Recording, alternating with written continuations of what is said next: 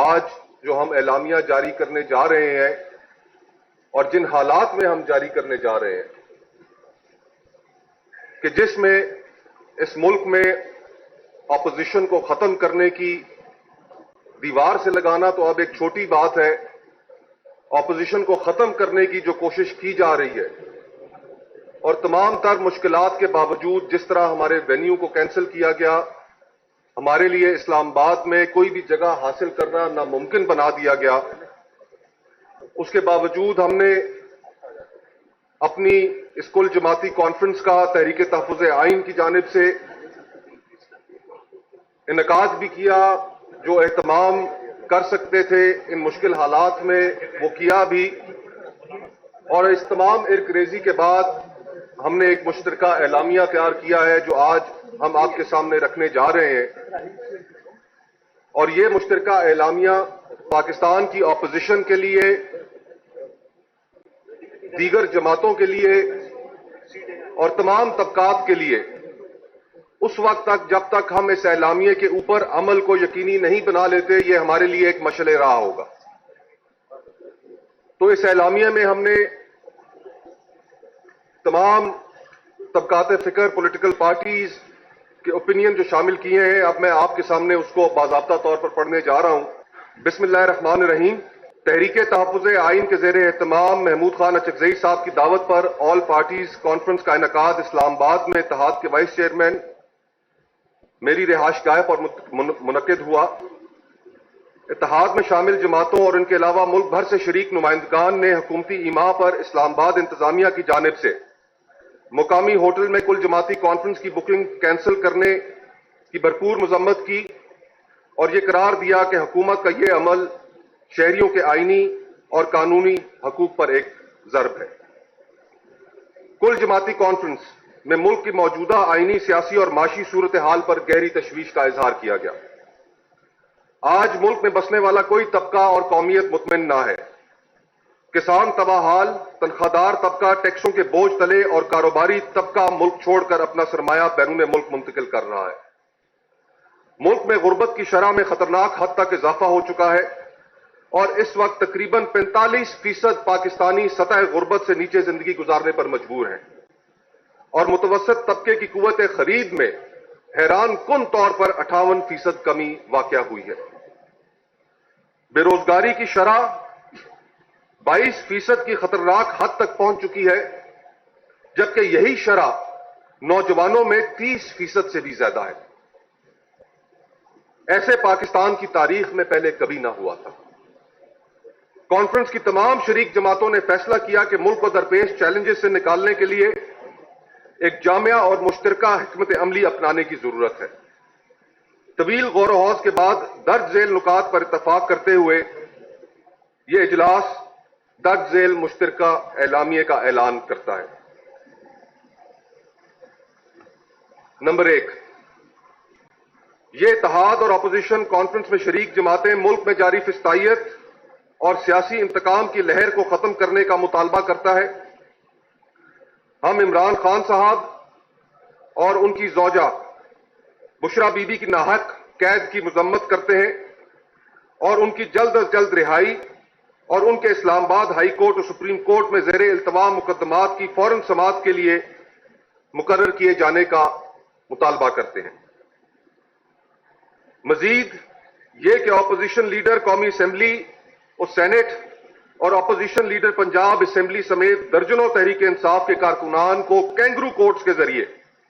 دی گئی سزاؤں کی بھرپور مذمت کرتے ہیں۔ کل کا دن اس حوالے سے پاکستان کی سیاسی اور جمہوری تاریخ کا ایک سیاہ ترین دن تھا اور اس سے یہ بات ایک دفعہ پھر عیاں ہوتی ہے کہ یہ ہائیبرڈ نظام ملک میں اپوزیشن کا مکمل خاتمہ چاہتا ہے۔ تحریک تحفظ آئین پاکستان اور اس کی بلائی گئی کل جماعتی کانفرنس میں شریک جماعتوں نے اس پر اتفاق کیا کہ اس وقت تمام سیاسی جماعتوں اور سیاسی قوتوں کے درمیان ایک نئے میثاق جمہوریت کی اشد ضرورت ہے۔ ہائیبرڈ نظام کے پے در پے حملوں کے نتیجے میں آئین پاکستان اور اس میں درج شیک 8 سے 28 تک دیے گئے انسانی حقوق اور پارلیمانی جمہوری نظام مکمل طور پر بے معنی ہو چکے ہیں، اور آج عوام اور ریاست کے درمیان سماجی معاہدہ تار تار ہو چکا ہے۔ اس لیے نئے میثاق کے لیے درج ذیل نکات پر ایک قومی ڈائیلاگ کے بعد ملک میں تمام سیاسی قوتوں کے درمیان مکمل اتفاق رائے پیدا ہونا چاہیے، جس میں 1973 کے آئین اور پارلیمنٹ کی بالادستی شامل ہو، قانون کی حکمرانی شامل ہو،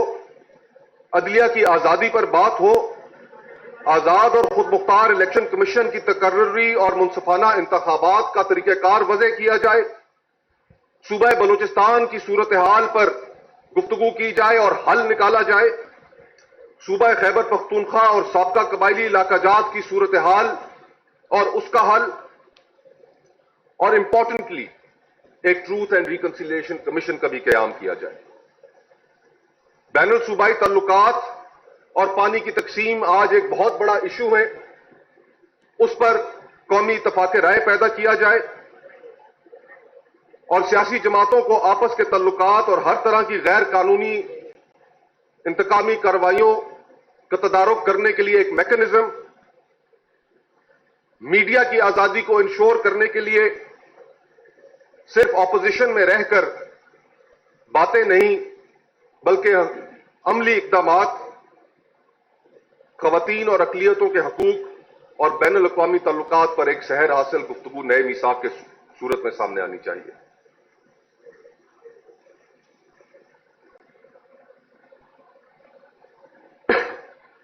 آج آئین اور قانون میں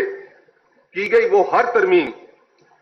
جس کے ذریعے سے مقننہ کے اختیار پر قدم لگائی گئی اور مقننہ کے معاملات میں غیر قانونی مداخلت کر کے آئین اور قانون میں ترامیم کی گئیں، ہم یہ مطالبہ کرتے ہیں کہ ان سے آئین کو پاک کیا جائے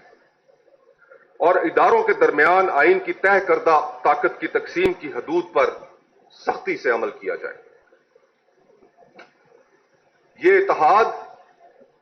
اور اس کانفرنس میں شریک جماعتیں ایس آئی ایف سی کے قیام کو 18ویں ترمیم اور آئین کے روح کے منافی سمجھتی ہیں اور یہ قرار دیتی ہیں اور مطالبہ کرتی ہیں کہ ایس آئی ایف سی کو تحلیل کیا جائے اور اس کے ذریعے صوبوں کے غصب کیے گئے حقوق اور وسائل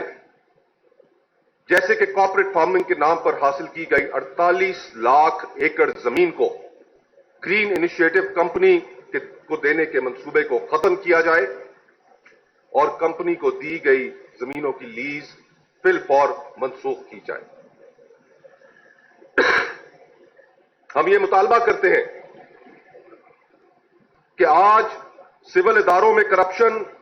سیاسی اور دفاعی اداروں کی بے جا مداخلت کے نتیجے میں قانون نافذ کرنے والے سول ادارے عوامی اعتماد سے محروم ہو چکے ہیں اور ان کی پیشہ ورانہ صلاحیتیں مخدوش ہو چکی ہیں، جس کے باعث ملک میں امن و امان کی صورتحال تیزی سے تنزلی کا شکار ہے۔ نظام انصاف کو جہاں اصلاحات کی ضرورت ہے، وہیں نظام انصاف میں مداخلت کے نتیجے میں قانون کی حکمرانی کے تصور کو شدید دھچکا پہنچا ہے، جس کو درست اور عوام کے اعتماد کو بحال کرنے کی ضرورت ہے۔ ہم یہ سمجھتے ہیں اور قرار دیتے ہیں کہ 26ویں آئینی ترمیم کے بعد عدلیہ کی آزادی محض ایک نعرہ رہ گیا ہے اور عدلیہ کی آزادی عملاً پاکستان میں ختم ہو چکی ہے، اور اب کینگرو کورٹس صرف اور صرف مقتدرہ کی کاسا لیسی کا کام کرنے میں مصروف ہے۔ چیف جسٹس آف پاکستان کا عہدہ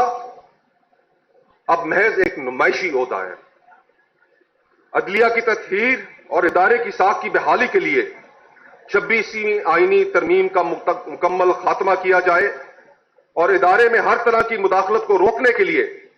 راست اقدامات اٹھائے جائیں اور ججز کی تقرری کے ایک غیر متنازع نظام کو وضع کرنے کی اشد ضرورت ہے اور ہم اس کی تائید کرتے ہیں۔ ہم آج اسلام آباد ہائی کورٹ کے 6 ججز کے خط جس نے پاکستان میں عدالتی آزادی کے دعووں کی کلی کھول کر رکھ دی، ہم یہ سمجھتے ہیں کہ یہ 6 ججز پاکستان کے پاکستانی عوام کے ہیروز ہیں اور ان کے خلاف کی جانے والی کارروائیوں کی ہم بھرپور مذمت کرتے ہیں اور ان کے موقف کی مکمل حمایت کرتے ہیں۔ جس نظام میں اعلی عدالتوں کے ججز انصاف کے متلاشی ہوں، وہاں غریب عوام کا کیا پرسان حال ہوگا۔ ہم 2024 میں کیے گئے الیکشنز اور ان کے نتائج کو مکمل مسترد کرتے ہیں اور یہ قرار دیتے ہیں کہ موجودہ الیکشن نے جس انداز میں 2024 کے انتخابات کرائے اور اس کا موجودہ رویہ جمہوریت اور آئین کی تذلیل ہے۔ آزاد اور خود مختار الیکشن کمیشن پاکستان بھر کی تمام سیاسی جماعتوں اور عوام کا دیرینہ مطالبہ ہے، جس کی تقرری اور اس میں غیر قانونی مداخلت کو روکنے کے لیے دنیا بھر میں موجود جمہوری ممالک کے تجربات سے فائدہ اٹھا کر ایسا نظام وضع کیا جائے جس پر نہ صرف یہ کہ تمام سیاسی جماعتوں کا اتفاق ہو، بلکہ پاکستانی عوام بھی اس کی غیر جانبدارانی پر جاری پر یقین رکھتے ہوں۔ الیکشن کمیشن کو نہ صرف معاشی خود مختاری دی جائے، بلکہ آنے والے ہر انتخاب میں مقتدرہ اور انٹیلیجنس ایجنسیوں کی غیر قانونی مداخلت کو روکنے کے لیے تمام دروازوں کو ہمیشہ کے لیے بند کیا جائے۔